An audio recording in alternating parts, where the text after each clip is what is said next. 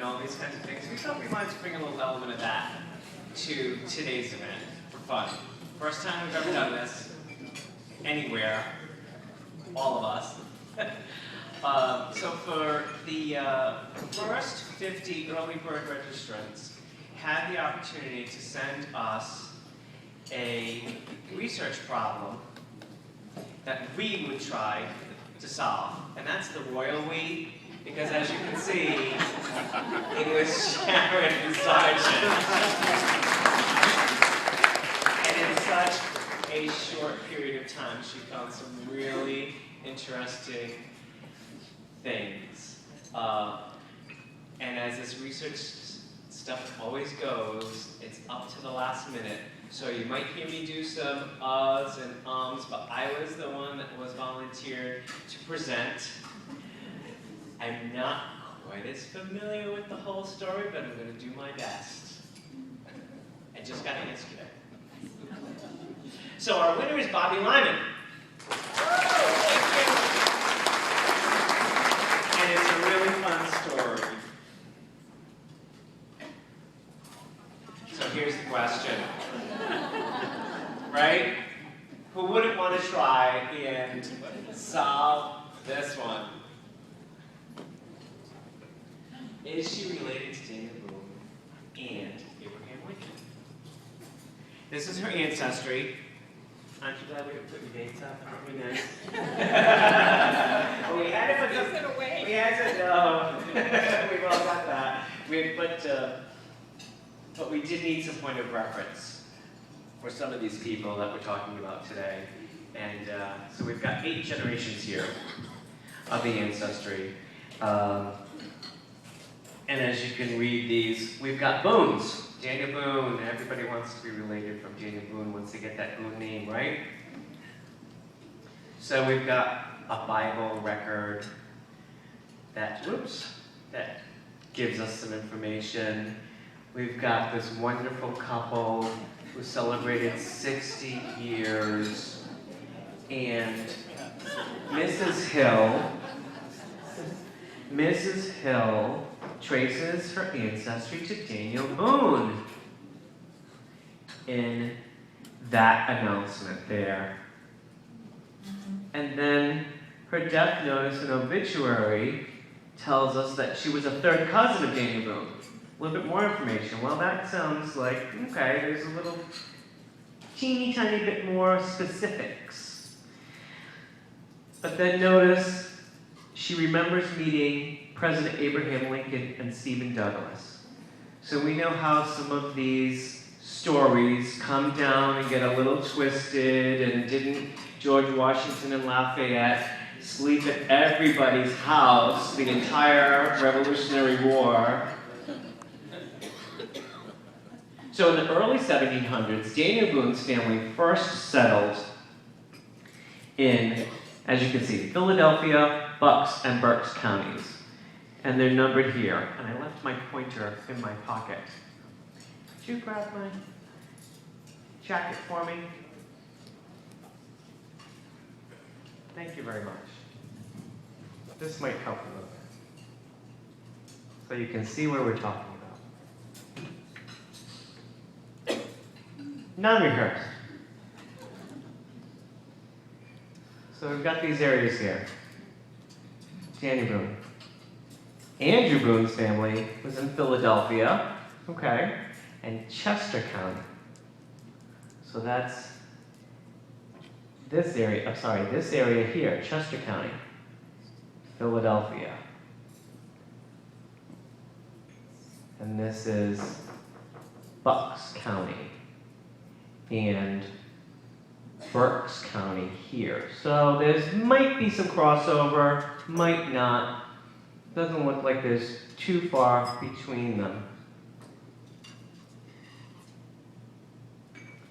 So Daniel Boone's father and his siblings and parents are well documented at this point. We know this stuff. Between that time coming from England. But where did Andrew Boone's family come from? Who were the siblings? When did they arrive in these areas? And who was in their fan club? Who were those collaterals as well as friends and neighbors. So those are the next clues that we need to look at. So we find a little bit more information. We're looking at the wife's lines, trying to find some stuff, but see if this will help us out at all too. We all know that these groups of people come over, they intermarry, people from the same place, and that kind of thing. Maybe, we'll find a little bit more, get a little more on the trail and see how we can get a connection to both Abraham Lincoln and Daniel Boone. So we have this marriage record with the last name of the wife as Gurion, that's how I'm pronouncing it, and it's the spelling has been changed a few times, and later they dropped the G altogether, as you can see. And I blew this up a little bit. It's pixely, but you can still kind of see how the letters really do look Gurion. And this is important because this is another family in the area, again, that was intermarrying with the Boones and passing down Andrew's name as well. So we found Sharon found some really interesting documents, and this is only a smattering of what she's found. There are probably 100 or more documents, but these are the ones that are telling the story. So the possibility is they might have been Quakers. So far, researching Quaker records hasn't shown us anything, and unfortunately, this burial ground between 1730 and 1790, there are no markers. They were not allowed. I don't know anything about Quaker research. I don't know if that is something that's common. I'm seeing some shaking heads. That's a common thing. So that's a source that just doesn't even exist for us. And that would have helped quite a bit for the fan club.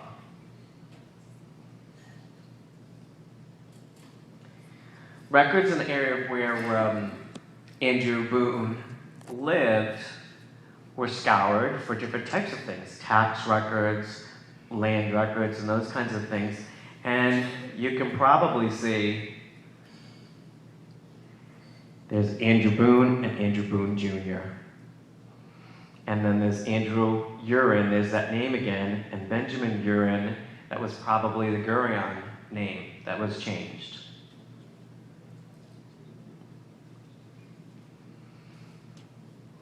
And here we are in 1768, 3 Andrew Boones listed. No junior, no senior, just a name, and I love how they spell Taylor.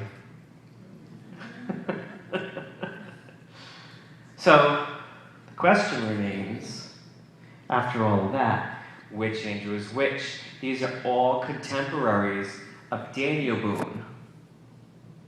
So can we connect in which Andrew is the senior to the Daniel Boone family? Can we connect it in? Probate, a will, hallelujah, helpful, very helpful. At least to tell us which Andrew is which.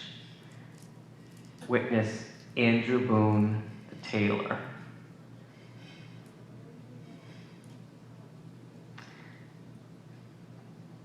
I'm going to skip over this because this isn't quite as pertinent to the story, but there is a connection to this area through church records, through Barbara, the daughter of Andrew Boone and her family, through the church itself. So it may not appear that they were Quakers.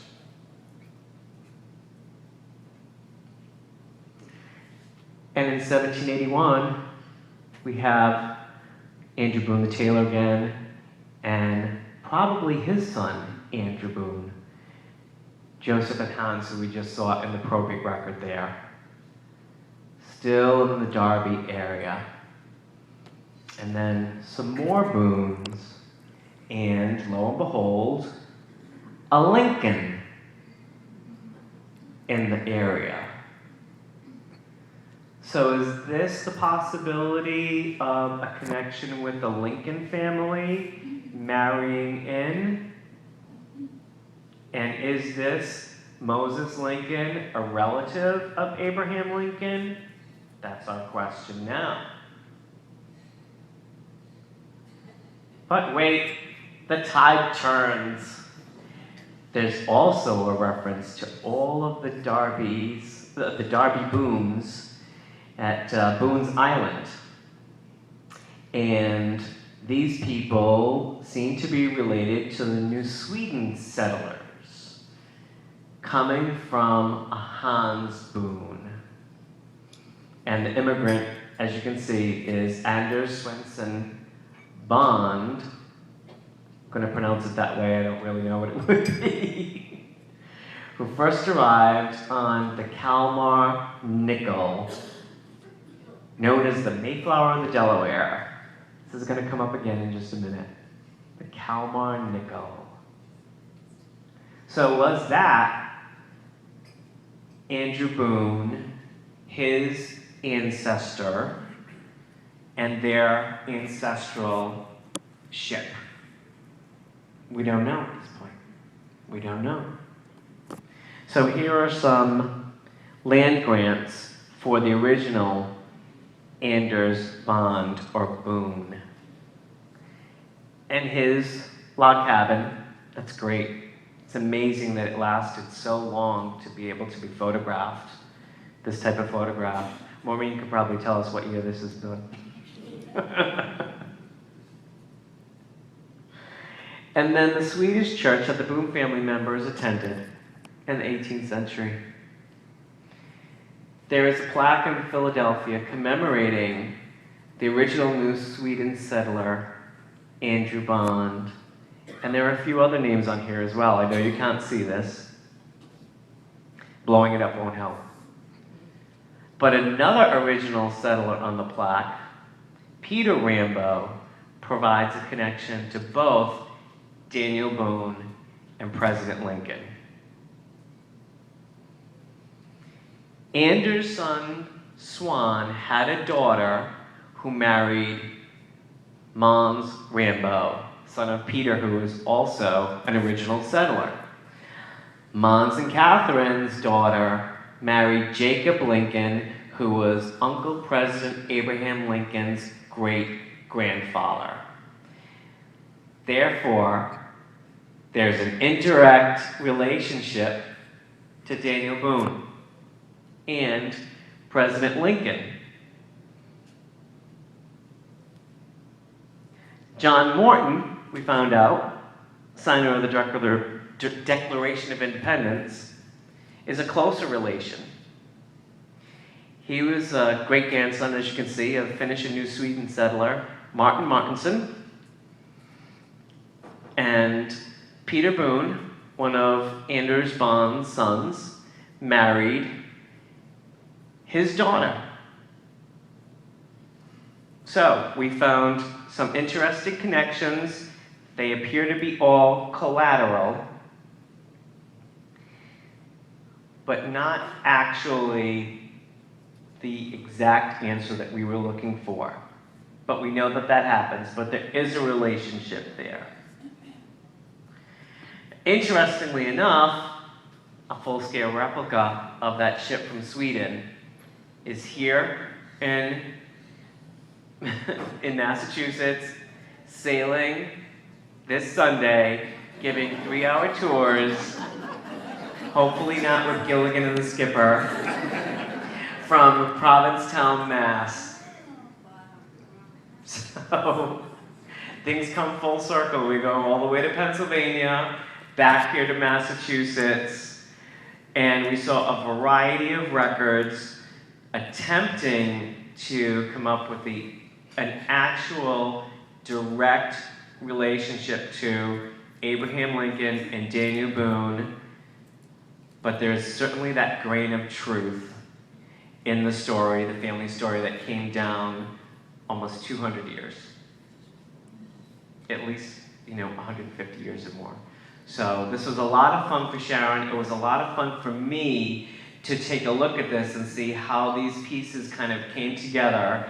And I apologize that I couldn't explain the story that much better to you, but I think it's kind of interesting, don't you? I have to thank Sharon for finding all these names I've never even heard of. Well, you have to answer the $64,000 question. What's the $64,000 question? Bobby has to tell us whether she wants to go. MGC will buy her tickets to go on that boat tomorrow in Provincetown. Do you want to go to Provincetown? Did everybody hear that? NGC will give her tickets to go on that cruise from Provincetown tomorrow on a replica of the ship that probably took her ancestors to America. You'd have to check your schedule and your husband, yeah, I'm sure. But that's fun. I mean, that was just a kind of a last minute find here. So we hope you enjoyed this and maybe saw a few different types of records that you may not have seen before. And we know that Pennsylvania research can be challenging, but I think Sharon did a phenomenal job in just a few weeks in pulling this together and creating this story for us and for you. And thank you very much for the question and allowing us to have a really interesting presentation. And we have a thumb drive for you with the presentation and with all of the documents that she's found. So thank you, everyone. I hope you enjoyed this. Thank you. Thanks for putting up with me.